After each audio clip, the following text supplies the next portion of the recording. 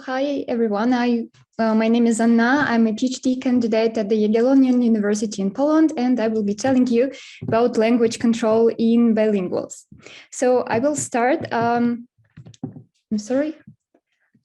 I will start saying that I'm actually a Russian Armenian bilingual. I grew up in a Russian Armenian family, and I somehow ended up in Poland, and I'm currently enrolled in an English-speaking PhD program. So there are many languages, and this mix led me to the interest in bilingualism. I'm a cognitive psychologist and not a linguist. So currently I'm a part of the Psychology of Language and Bilingualism lab at Krakow, and also of the department Bilingualism Matters in Krakow. So having all these different languages in my head, the question arises, how do I manage all these languages in my head successfully? And the answer is simple. I use language control. So what is language control?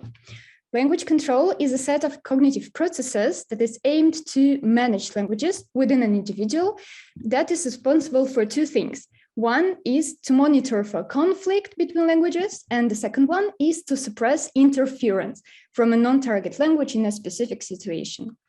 So because we constantly apply language control, this leads to some cognitive benefits for bilinguals over monolinguals, and it results in enhanced cognitive flexibility and executive functioning. And I just wanted to mention here that bilingual advantage was also reported in recent meta-analysis of 170 studies that you could also check.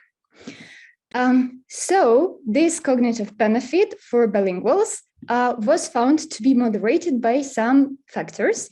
First, by age of language acquisition, second, by the level of language proficiency, and third, by the context of language use. And now what I'm interested in is whether it can be moderated by the level of similarity between languages that a bilingual person speaks. The current problem with all this area of language control studies is that most of the studies use English as one of the languages and compare it on distant pairs. For example, compare English and Japanese languages. However, for me, it is interesting, will this benefit be observed in those people who speak close languages, for example, Belarusians or Ukrainians?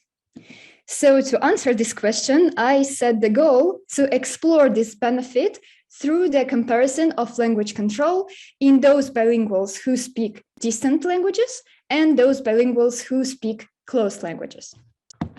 How am I going to do this? So I'm going to say that I don't have the results yet because this is I'm finishing my first year of PhD, so I'm going to do this probably right after this summer school. But for now, I'm planning to test, something went wrong. I'm planning to test 3 groups of participants. All of them will be Polish native speakers, but they will know different languages as foreign languages. So the first group will be Polish natives who would be speakers of Czech as a foreign language, because Czech is also West Slavic, a part of West Slavic group, and it derives from Latin alphabet, same as Polish. Another group will be Polish native speakers of Spanish as a foreign language, and we will be using this group as a control group because Spanish is much more distant from Polish than Czech. But we also plan to test the third group, and the third group would be native speakers of Polish and also speakers of Russian as a foreign language, because Russian is slightly more different from Polish than Czech. It's a part of East Slavic group and it derives from Cyrillic alphabet. So we want to compare whether this small change will have an impact on the language control and bilingual advantage. And the last thing I'm gonna tell you today is that we're gonna test these people on many language production tasks involving picture naming. We will be using production because this effect is most often found in production and not in comprehension.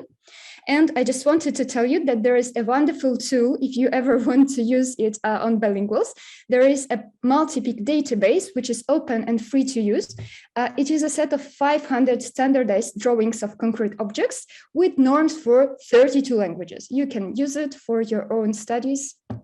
And The last thing is we sadly don't have any recent research on this direct link between language control and cross-language similarity, but there is indirect evidence that this control will be required, that more control needs to be applied when languages spoken by person are close. So we predict that the higher cross-language similarity, the more control needs to be applied in order to produce these languages.